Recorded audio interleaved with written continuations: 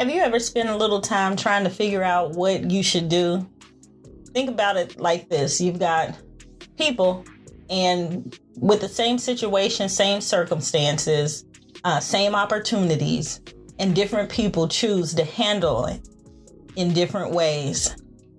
What's the right way to handle it? What's the best way to handle it? What's the result of how I handle it? Well, we're going to get into that a little bit today. This is Michelle Gines. Welcome to the See Yourself to Be Yourself Brain Fuel Devotional.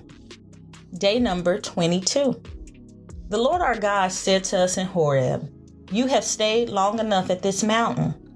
Turn and take your journey, and go to the hill country of the Amorites, and to all their neighbors in Arabah, in the hill country, and in the lowland, and in the Negev, and by the seacoast, the land of the Canaanites, and Lebanon, as far as the great river, the river Euphrates."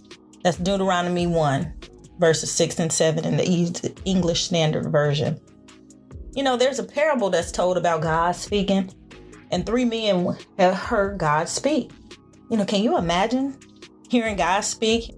You know, there are so many times that I want to hear God speak. Like, I wish he would just tell me what to do, that he would have an audible voice. Well, in this particular case, he did. So he had 3 men heard God speak, right? And the first one did nothing, confessing he simply did not understand what God wanted. Okay, so have you ever been like that? Well, I know I've asked my kids stuff, or I've said something to my kids, and they don't respond. And I respond to, and I say to them, "Don't you hear me talking to you?" "No, I didn't hear you. I don't know what you mean." Yeah, that's how that one did God, right? All right, so then the second one, after hearing God speak, allowed the fear of how he might look to keep him from doing what God had asked. Okay, so let's talk about that.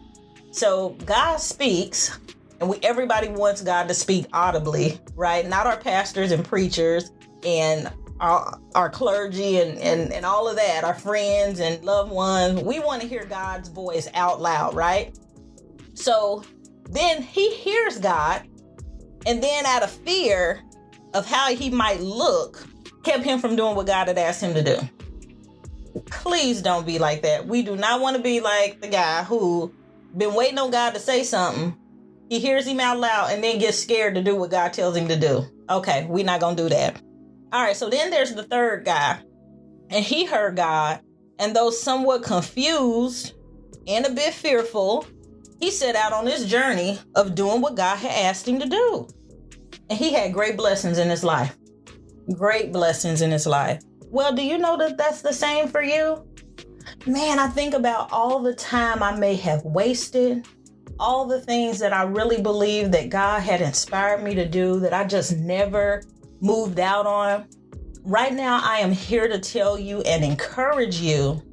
If you heard God say it, do it. Don't hesitate. Don't go and confirm it with your friends.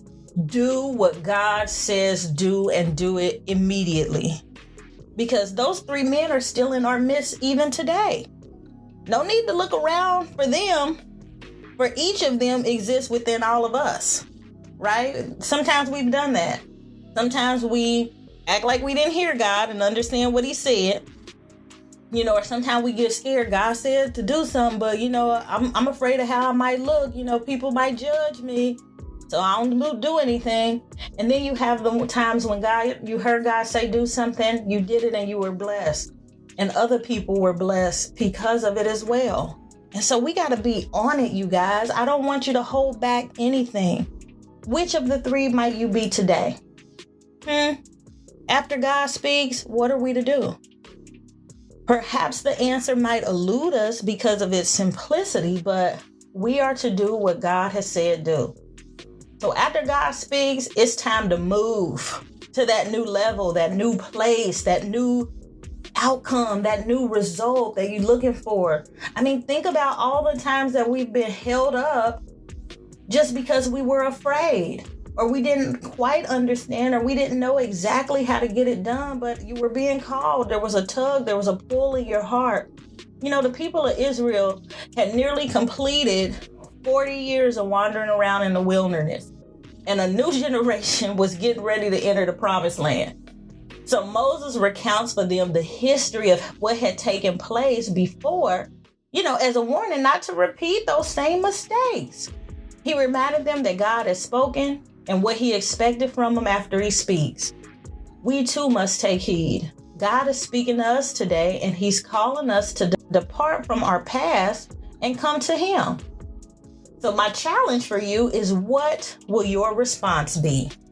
Well, we're about to activate this, and this is a good activation, because in relation to some mountains in our life, like the Israelites, 40 years wandering around the same mountain, we leaving mountains behind today, okay? So in relation to this mountain, I have stayed long enough. Mountain, you are no longer representing me. You are the image of who I used to be. God gave me the ability to be made new. Y'all hear that? Be made new. Say it again. In relation to this mountain, I've stayed long enough. Mountain, you are no longer representing me. You are the image of who I used to be. God gave me ability to make my life new. That's it. I will see you tomorrow. This is Michelle Gines and the See Yourself to Be Yourself Brain Fuel Devotional. I'll see you here tomorrow.